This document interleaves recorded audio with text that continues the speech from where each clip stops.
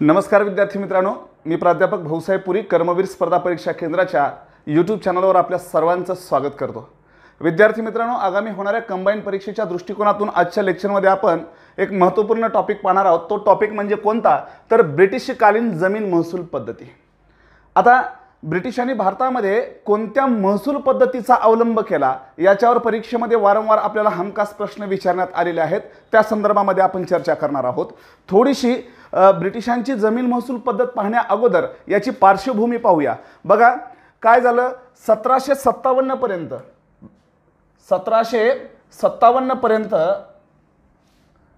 इसवी सन 1757 पर्यंत east India company ही फक्त भारतात व्यापारी कंपनी होती। बघा, व्यापारी कंपनी म्हणून या ठिकाणी कार्यरत होती। परंतु काय झालं, 23 जून 1757 साली प्लासीची लढाई झाली। प्लासीची लढाई आणि प्लासीच्या लढाईनं इंग्रजी सत्तेचा पाया भारतामध्ये रोवला गेला।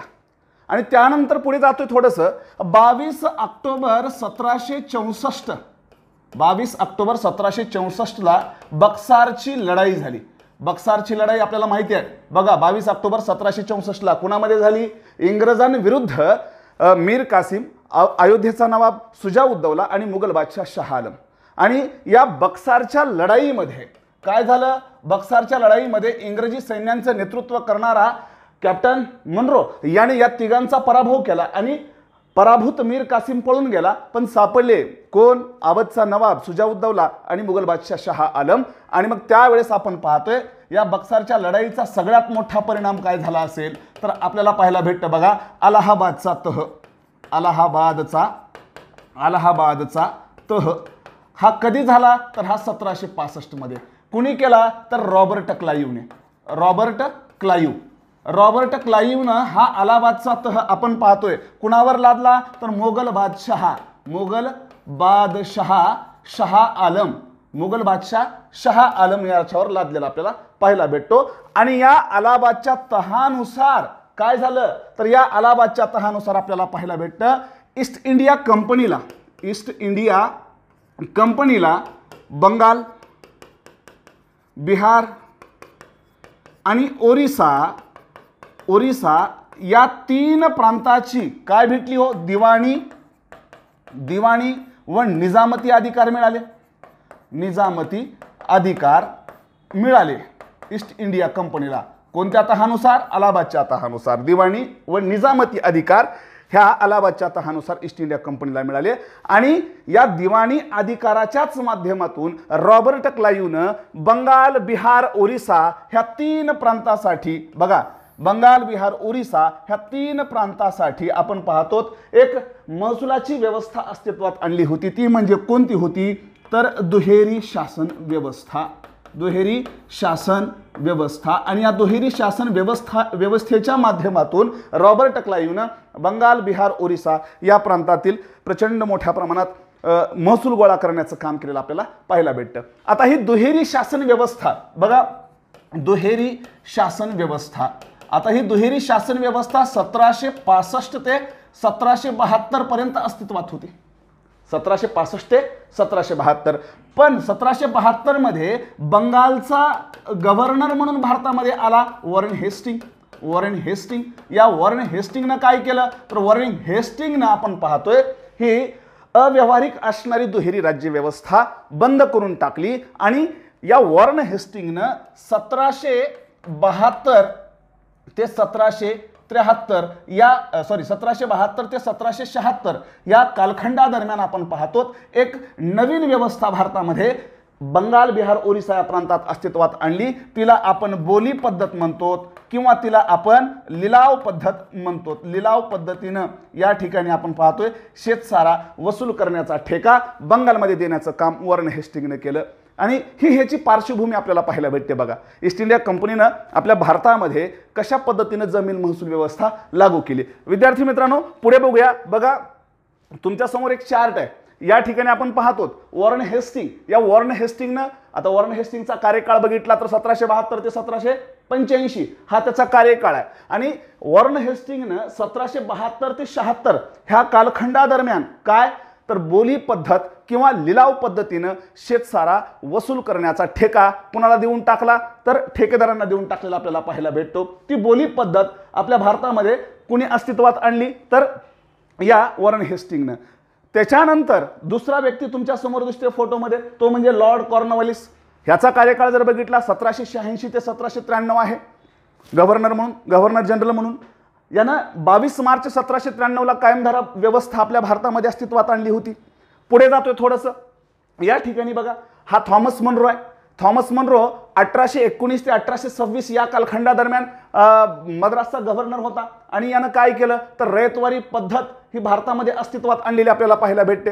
त्यानंतर हा व्यक्ती आपल्याला समोर दिसतो, इथं ब्लॅक अँड व्हाईट फोटो आहे बघा याचा, ओल्ट मॅकेन्झी आहे. या ओल्ट मॅकेन्झीनं 1822 मध्ये महालवारी पद्धत ही अस्तित्वात आणली. ह्याच्या अगोदर सुद्धा आपण पाहतोय मद्रास प्रांतातील काही जिल्ह्यामध्ये रीड नावाच्या व्यक्तीने ही महालवारी पद्धत अस्तित्वात आणली होती. आणि आमच्या मुंबई प्रांतामध्ये, आपल्या मुंबई प्रांतामध्ये जो की मुंबई प्रांताचा पहिला गव्हर्नर म्हणून या ठिकाणी नियुक्त करण्यात आला होता तो म्हणजे माउंट स्टुअर्ट एल्फिस्टन. आणि या माउंट स्टुअर्ट एल्फिस्टननं काय केलं, रयतवारी आणि कायमधारा पद्धत यांचा सुवर्ण मध्य साधत मौजवारी पद्धत अस्तित्वात आणली. विद्यार्थी मित्रांनो, या सर्व पद्धतींचा आपण एक एक क्रमाने या ठिकाणी विश्लेषण पाहूया. बघा काय आहे. पहिली पद्धत या ठिकाणी आपल्याला पाहायला भेटते बोली पद्धत. ही बोली पद्धत 1772 ला सुरुवात झाली. 1772 ला ही बोली पद्धत कोणी सुरू केली, वॉरेन हेस्टिंगनं सुरू केली. आता या बोली पद्धतीमधल्या प्रमुख बाबी काय आहेत ज्या की एक्झाम ओरिएंटेड आपल्याला पाहायला भेटतात. बघा आता या बोली पद्धतीमध्ये प्रमुख तरतुदी किंवा प्रमुख बाबी कोणत्या होत्या तर त्यामध्ये पहिली तरतूद बघा, प्रत्येक जिल्ह्याला भेटी देऊन तेथील शेतसारा वसुली अधिकार लिलाव पद्धतीने ठेकेदारांना देऊन टाकण्याचं काम केलं. बोली पद्धत म्हणजे बंगाल, बिहार, ओरिसा या प्रांतातला महसूल गोळा करण्यासाठी लिलाव म्हणजे ऑक्शन या ठिकाणी ठेवलं. ज्याने जास्त बोली लावेल त्याला तो ठेका तिथला महसूल गोळा करण्याचा देऊन टाकलेला आपल्याला पाहायला भेटतो. आणि ही पहिली तरतूद आपल्याला पाहायला भेटते, प्रत्येक जिल्ह्याला भेटी देऊन तेथील शेतसारा वसुली अधिकार लिलाव पद्धतीने वॉरेन हेस्टिंगने देऊन टाकला कुणाला, ठेकेदारांना. दुसरी तरतूद बघा किंवा दुसरी महत्त्वपूर्ण बाब बघा या बोली पद्धतीमधली, ती म्हणजे काय तर महसूल किती कार्यकाळासाठी लिलाव पद्धतीने वसूल करण्यासाठी ठेकेदारांना दिलेला होता किंवा किती वर्षासाठी ठेकेदार आता हा ठेका घेणार होते महसूल गोळा करण्यासाठीचा तर 5 वर्षासाठी. बघा महसूल वसुली कार्यकाळ हा 5 वर्ष होता या बोली पद्धतीमध्ये. तिसरा महत्त्वपूर्ण मुद्दा या ठिकाणी आपल्याला पाहायला भेटतो तो म्हणजे कुठला तर ठेकेदारांनी सारा वाढवू नये याच्यासाठी 1772 मध्ये वॉरेन हेस्टिंगनं कलेक्टर पदाची निर्मिती केली. बघा हे बघा कलेक्टर पद नेमलेलं आपल्याला पाहायला भेटते. कशासाठी तर ठेकेदारांनी सारा वाढवू नये. जो फिक्स करून दिलाय 5 वर्षासाठी, समजा 100 रुपये आहे 5 वर्षासाठी तर ते 100 रुपये त्यांनी वसूल करायचे, त्याच्यापेक्षा जास्त सारा वसूल करू नये त्यांच्यावर देखरेख ठेवण्यासाठी हे कलेक्टर पद. आणि ही बोली पद्धत वॉरेन हेस्टिंगच्या काळात अस्तित्वात होती. 1772 ते 1776 ह्या कालखंडादरम्यान ही पद्धत या ठिकाणी अस्तित्वात होती. परंतु म्हणावी तेवढी ही पद्धत भारतामध्ये यशस्वी ठरली नाही. म्हणून 1776च्या नंतर वॉरेन हेस्टिंगनं पुन्हा या ठिकाणी आपण पाहतोय 1776 नंतर वॉरेन हेस्टिंगनं पुन्हा वार्षिक बंदोबस्त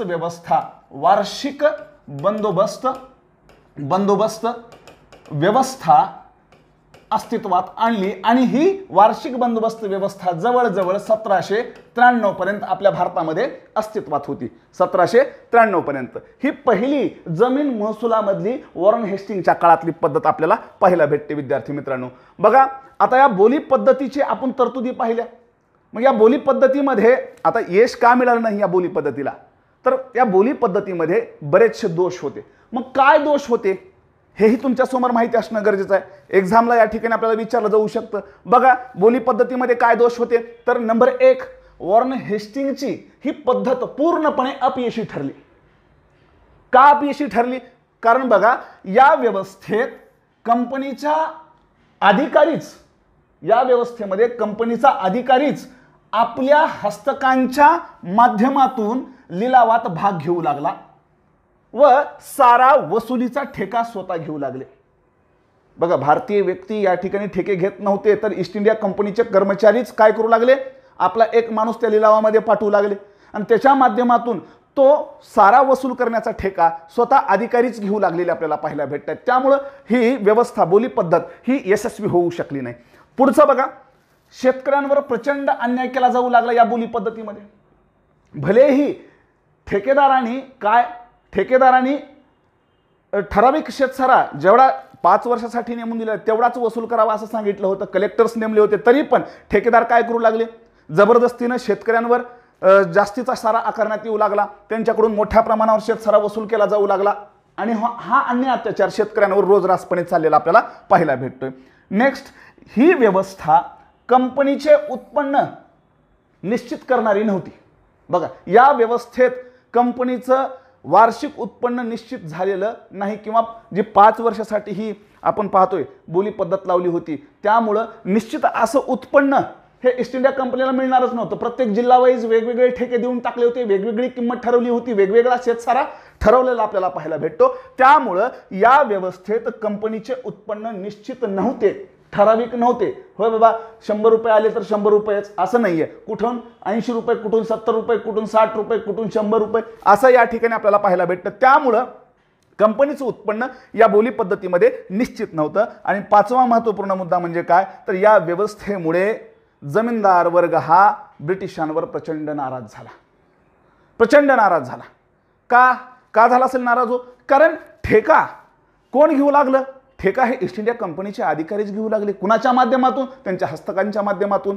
मग भारतीय जमीनदार वर्ग या ठिकाणी जो की इच्छुक होता ठेके घेण्यासाठी तो सुद्धा या ठिकाणी काय झाला, नाराज झालेला आपल्याला पाहायला भेटतो. त्यामुळं ही बोली पद्धत जी आहे ही व्यावहारिक नव्हती. या बोली पद्धतीमध्ये वॉरेन हेस्टिंग्जच्या प्रचंड दोष जाणवलेले आपल्याला पाहायला भेटत आहेत, म्हणून ही बोली पद्धत यशस्वी ठरलेली आपल्याला पाहायला भेटत नाही.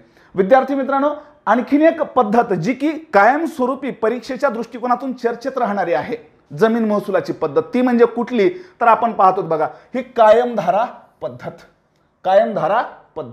आता ही कायमधारा पद्धत कधी अस्तित्वात आली, तर बघा, कायमधारा पद्धत ही कॉर्नवॉलिसच्या काळामध्ये 22 मार्च 1793 ला ही कायमधारा पद्धत सुरू झाली. आणि ही अंमलात आणणारा व्यक्ती कोण आहे किंवा कोणत्या गव्हर्नर जनरलच्या काळामध्ये ही कायमधारा पद्धत अस्तित्वात आली, तर आपण पाहतोय लॉर्ड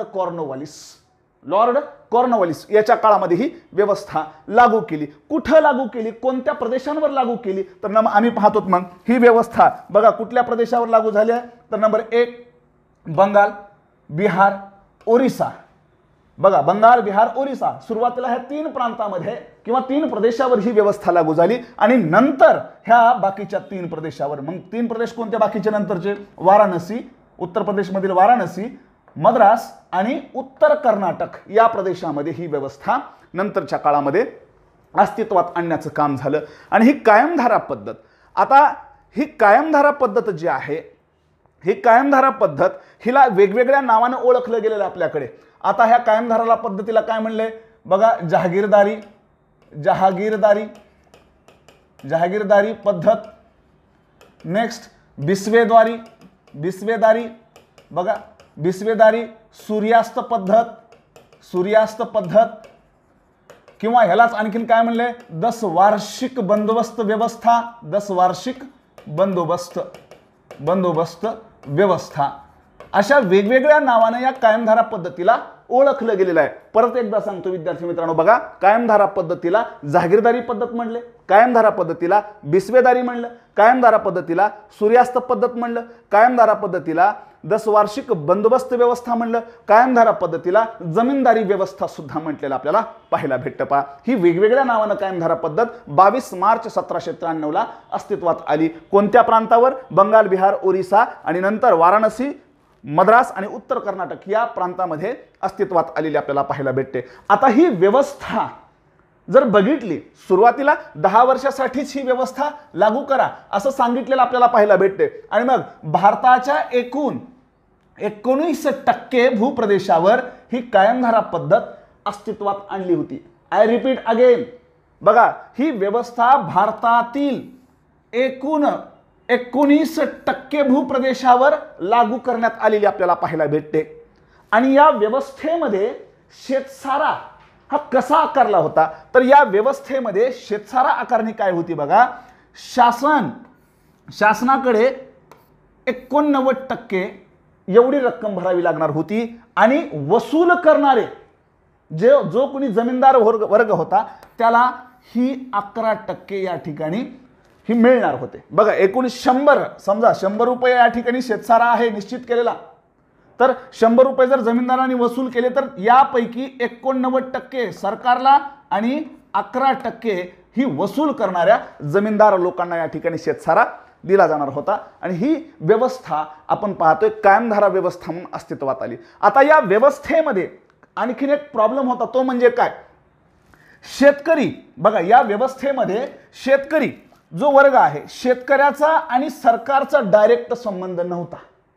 ह्या व्यवस्थेमध्ये शेतकरी आणि सरकार यांचा डायरेक्ट संबंध राहिला नाही किंवा शेतकरी सरकारच्या तिजोरीमध्ये आपला शेतसारा भरत नव्हते.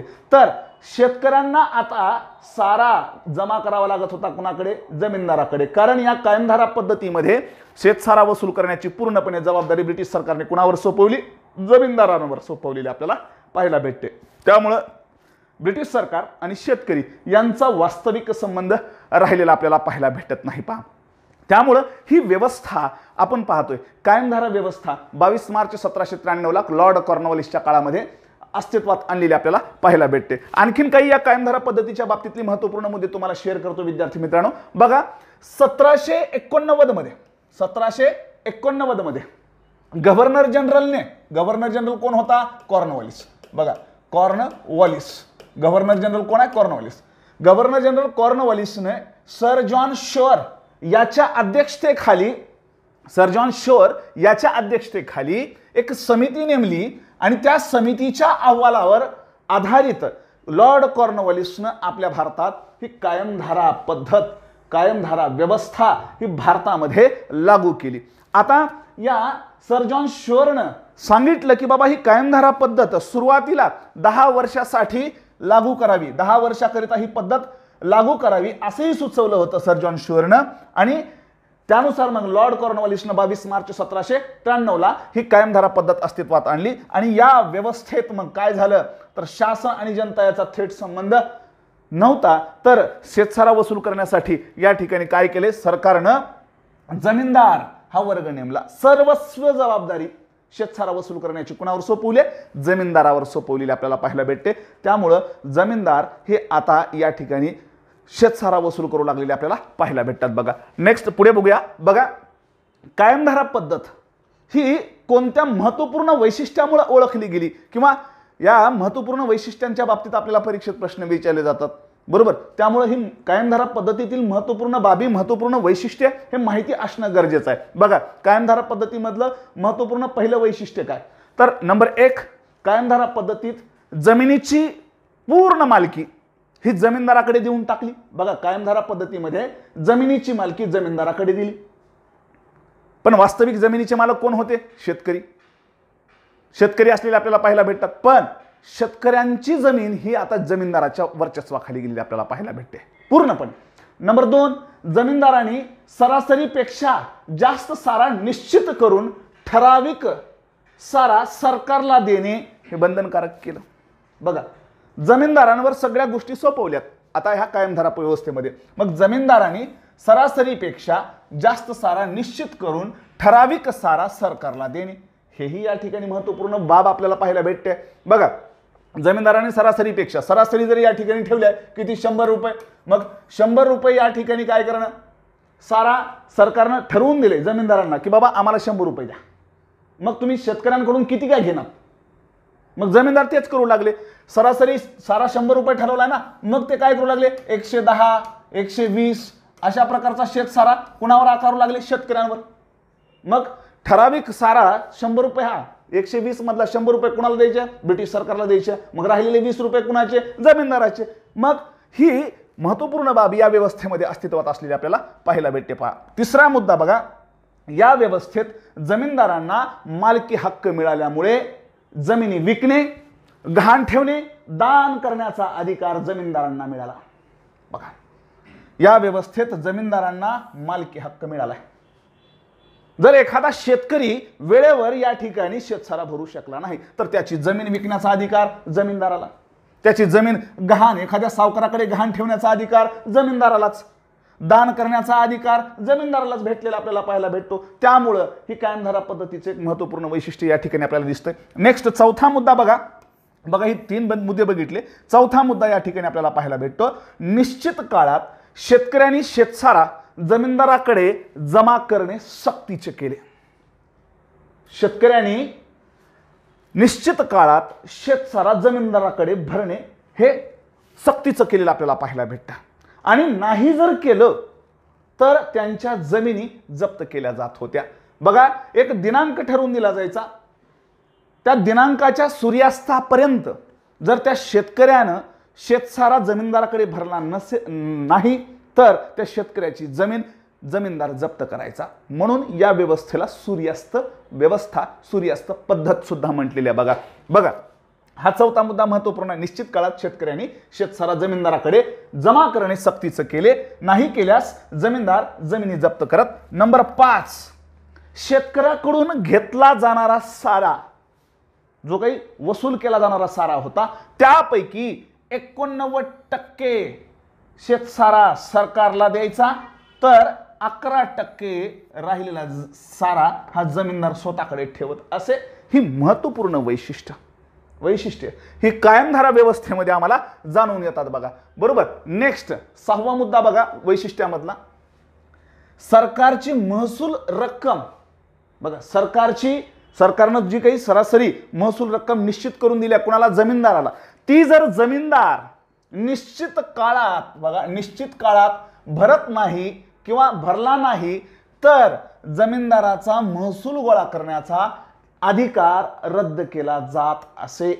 असंही या कायमधारा व्यवस्थेमध्ये आपल्याला महत्त्वपूर्ण बाब पाहायला भेटते, वैशिष्ट्य पाहायला भेटते. मग आता ही कायमधारा पद्धत आपल्या भारतामध्ये बंगाल, बिहार, ओरिसा, वाराणसी, उत्तर कर्नाटक आणि मद्रास या प्रांतामध्ये अस्तित्वात असलेले आपल्याला पाहायला भेटते. मग या कायमधारा व्यवस्थेमुळे काय फायदे झाले किंवा काय तोटे झाले हे सुद्धा बघणं आपल्याला गरजेचं ठरतं. बघा, फायदा काय झाला. बघा, या कायमधारा व्यवस्थेमुळे ईस्ट इंडिया कंपनीचे उत्पन्न निश्चित झाले. ह्याच्या अगोदर आपण बोली पद्धत बघितली. बोली पद्धतीमध्ये शेतसारा असा सगळ्या प्रांतासाठी निश्चित होता का? नव्हता. जिल्हा वाईज या ठिकाणी काय केला, लिलाव पुकारला होता. मग जिल्हा वाईज वेगवेगळे लिलाव लागून तिथं ज्यानं जास्त बोली लावेल त्याला तो ठेका दिला होता. पण इथं शेतसारा निश्चित केला ना हो. बघा, किती सरासरी शेतसारा जर 100 रुपये या ठिकाणी निश्चित केलाय तर 100 रुपये जर निश्चित केलाय तर यातला 89% सरकारला आणि 11% जमीनदाराला, महसूल गोळा करणाऱ्या जमीनदाराला होता. मग इथं ईस्ट इंडिया कंपनीचं उत्पन्न काय झालं या व्यवस्थेमुळे, कायमधारा पद्धतीमुळे निश्चित झालं. नंबर 2, बघा, जमीनदारांना आपल्या जमिनीतून अधिक उत्पन्न काढण्यासाठी प्रोत्साहन मिळाले. कारण उत्पन्न वाढले तरी जास्त शेतसारा भरण्याची गरज नव्हती किंवा नाही. बघा, जमीनदारांना आपल्या जमिनीतून अधिक उत्पन्न काढण्याचं प्रोत्साहन मिळालं. कारण जमिनीचा मालक आता कुणाला बनवले, जमीनदारांना. मग जमीनदार काय करू लागले, शेतकऱ्यांना मोठ्या प्रमाणावर ताणू लागले, जास्तीत जास्त उत्पन्न घेण्याचा प्रयत्न करू लागलेले आपल्याला पाहायला भेटतात. उत्पन्न का जास्त घेऊ लागले, कारण उत्पन्न जरी वाढलं तरी शेतसारा इंग्रज सरकारनं जेवढा ठरवून दिलाय तेवढाच सरकारच्या तिजोरीत भरायचा होता, म्हणजे 89%. बरोबर. त्यामुळं जमीनदार हे जास्तीत जास्त शेतसारा किंवा जास्तीत जास्त उत्पन्न काढण्यासाठी प्रयत्न करू लागलेले आपल्याला पाहायला भेटतात. पहा, नेक्स्ट 3रा मुद्दा, या व्यवस्थेचा फायदा ईस्ट इंडिया कंपनीला कशा पद्धतीने झाला. बघा, आणखीन एक, ईस्ट इंडिया कंपनीला एकनिष्ठ असा जमीनदार वर्ग मिळाला. एकनिष्ठ असा जमीनदार वर्ग मिळाला. कारण जमीनदार ही मोठ्या प्रमाणावर या ठिकाणी स्वतःची संपत्ती कमवू लागली. जमीनदारांना स्वतः जमिनीचे मालक बनल्यामुळे त्यांना अधिकार मिळालेले आपल्याला पाहायला भेटतात. आणि हा वर्ग, जमीनदार वर्ग, इंग्रजांसोबत एकनिष्ठ राहून स्वतःचं कार्य करू लागलेलं आपल्याला पाहायला भेटतो आणि इंग्रजांच्या न्यायबुद्धीवर विश्वास ठेवून काम करू लागला. त्यामुळं याचा बेनिफिट जमीनदार एकनिष्ठ असा वर्ग कुणाला मिळाला, ईस्ट इंडिया कंपनीला मिळालेला आपल्याला पाहायला भेटतोय. नंबर 4था मुद्दा बघा, फायदा काय झाला. ईस्ट इंडियाच्या किंवा ईस्ट इंडिया कंपनीचा कर्मचारी वर्ग महसुली कामातून मुक्त झाला. जमीनदार महसूल गोळा करण्यासाठी नेमण्या अगोदर ईस्ट इंडिया कंपनीच्या कर्मचाऱ्यांनाच या ठिकाणी जमीन महसूल गोळा करण्यासाठी नेमलेलं होतं. मग आता कायमधारा व्यवस्थेमुळे जमीनदार वर्ग शेतसारा गोळा करू लागल्यानंतर ईस्ट इंडिया कंपनीचा जो काही कर्मचारी वर्ग होता महसूल गोळा करण्यासाठी लागणारा तो महसुली कामातून मुक्त झाला. त्यामुळं या वर्गाला इतर कार्यात गुंतविणं ईस्ट इंडिया कंपनीला शक्य झालं, कारण जमीनदारावर सगळं काम भागू लागलं ना. त्यामुळं ईस्ट इंडिया कंपनीचा बाकी जो कर्मचारी वर्ग होता महसूल कामामध्ये अगोदर कार्यरत असणारा त्या वर्गाला दुसऱ्या कामामध्ये जुंपण्यात आलेलं आपल्याला पाहायला भेटतं, लावण्यात आलेलं आपल्याला दिसून येतं. पहा, मग जसं फायदे झाले कायमधारा व्यवस्थेचे तसे तोटे सुद्धा होते. पण तोटे कुणाच्या दृष्टिकोनातून होते? तोटे गायछाप असलं चुनाडबी काही नाही. तोटे म्हणजे काय हो तुम्हाला माहित आहे. हा, तोटा म्हणजे काय बघा, या ठिकाणी बघा, तोटा ईस्ट इंडिया कंपनीला तोटा झाला नाही. तोटा कोणाला झाला तर शेतकऱ्यांना झाला. काय तोटे झाले? भारतीयांना झाले तोटे. काय झाले बघा, नंबर 1 शेतकऱ्यांचे प्रचंड नुकसान झाले. बघा पहिला मुद्दा, शेतकऱ्यांचं प्रचंड नुकसान झालं. कसं? शेतकरी भूमिहीन बनला. शेतकरी काय बनला? शेतकरी भूमिहीन बनला. बघा शेतकरी का? कारण या कायमधारा व्यवस्थेमध्ये जमिनीची पूर्ण मालकी कुणाला देऊन टाकली? जमीनदारांना. बघा जमीनदार या ठिकाणी मालक बनलेत. जमीनदार पूर्णपणे मालक बनलेले आपल्याला पाहायला भेटतात. त्यामुळं शेतकऱ्यांचं प्रचंड नुकसान झालं, शेतकरी भूमिहीन बनला. नेक्स्ट दुसरा मुद्दा बघा, काय तोटा झाला? जमिनीवरील शेतकऱ्यांची मालकी नष्ट झाली व मालक जमीनदार बनले. ही मुद्दा या ठिकाणी आपण चर्चेला बघा. आणि तिसरा मुद्दा बघा, जमीनदाराकडून शेतकऱ्यांची पिळवणूक होऊ लागली. जमीनदाराकडून शेतकऱ्यांची पिळवणूक होऊ लागली व सारा जबरदस्तीनं वसूल केला जाऊ लागला. जबरदस्तीनं वसूल करण्यात येऊ लागला. कुणाकडून? जमीनदाराकडून. त्यामुळे हा एक तोटा आपल्याला पाहायला भेटतोय. चौथा मुद्दा, कृषी व्यवस्थेचे स्थैर्य नष्ट झाले. कृषी व्यवस्थेचे स्थैर्य नष्ट झालेले आपल्याला पाहायला भेटतात. कारण जी कृषी व्यवस्था परंपरागत पद्धतीने चालत आलेली होती त्याच्यावर आता जमीनदारांचं वर्चस्व निर्माण झालं. त्यामुळे शेतकरी हा स्वतःच्याच जमिनीमध्ये काय बनलाय हे का बघा, पुढच्या मुद्द्यामध्ये लगेच केले, 5व्या मुद्द्यामध्ये क्लिअर. या कायमधारा व्यवस्थेमुळे शेतकरी कुळ बनला, मजूर बनला, कुळ बनला स्वतःच्याच शेतीमध्ये. त्यामुळं कृषी व्यवस्थेचं स्थैर्य जे आहे ना ते नष्ट झालेलं आपल्याला पाहायला भेटतं. आणि 6वा मुद्दा बघा या ठिकाणी आपल्याला पाहायला भेटतो, शेतकरी यांचं शोषण सावकाराकडून मोठ्या प्रमाणावर होऊ लागलं. सावकाराकडून शेतकऱ्यांचं शोषण. आता सावकारांकडून शोषण कसं काय शेतकऱ्यांचं? कारण आपण पाहतो बघा, सूर्यास्त पद्धत ठरवून दिलेल्या दिवसाच्या सूर्यास्तापर्यंत शेतकऱ्यांनी जर शेतसारा जमीनदाराकडे नाही भरला तर त्याची जमीन काय केली जाणार होती? जप्त केली जाणार होती. मग शेतकरी तो शेतसारा भरण्यासाठी सावकाराकडून प्रचंड प्रमाणात काय करू लागले? कर्ज काढू लागले. मग त्या कर्जाची परतफेड एक तर जमीनदारांचा तगादा शेतसारा भरण्यासाठी आणि परत पुन्हा सावकारांचा तगादा कर्ज भरण्यासाठी. त्यामुळं सावकारांकडून सुद्धा मोठ्या प्रमाणावर शेतकऱ्यांचं शोषण होऊ लागलेलं आपल्याला पाहायला भेटतं. आणि ही तोटे आपण पाहतो, ही दोष कायमधारा व्यवस्थेमध्ये असलेले आपल्याला पाहायला भेटतात. पहा, त्यामुळं हे महत्त्वपूर्ण आपल्याला पाहायला भेटते विद्यार्थी मित्रांनो. ही कायमधारा व्यवस्था आपण पाहतो ब्रिटिश काळामध्ये कॉर्नवॉलिसच्या काळात लागू केलेली आपल्याला पाहायला भेटते. वॉर्न हेस्टिंगच्या काळातील बोली पद्धत आणि कॉर्नवॉलिसच्या काळातील कायमधारा पद्धत ह्या परीक्षेच्या दृष्टिकोनातून अत्यंत महत्त्वाचे आहेत. व्हिडिओ जर आवडला असेल तर लाईक करा, शेअर करा, सबस्क्राईब करा. धन्यवाद.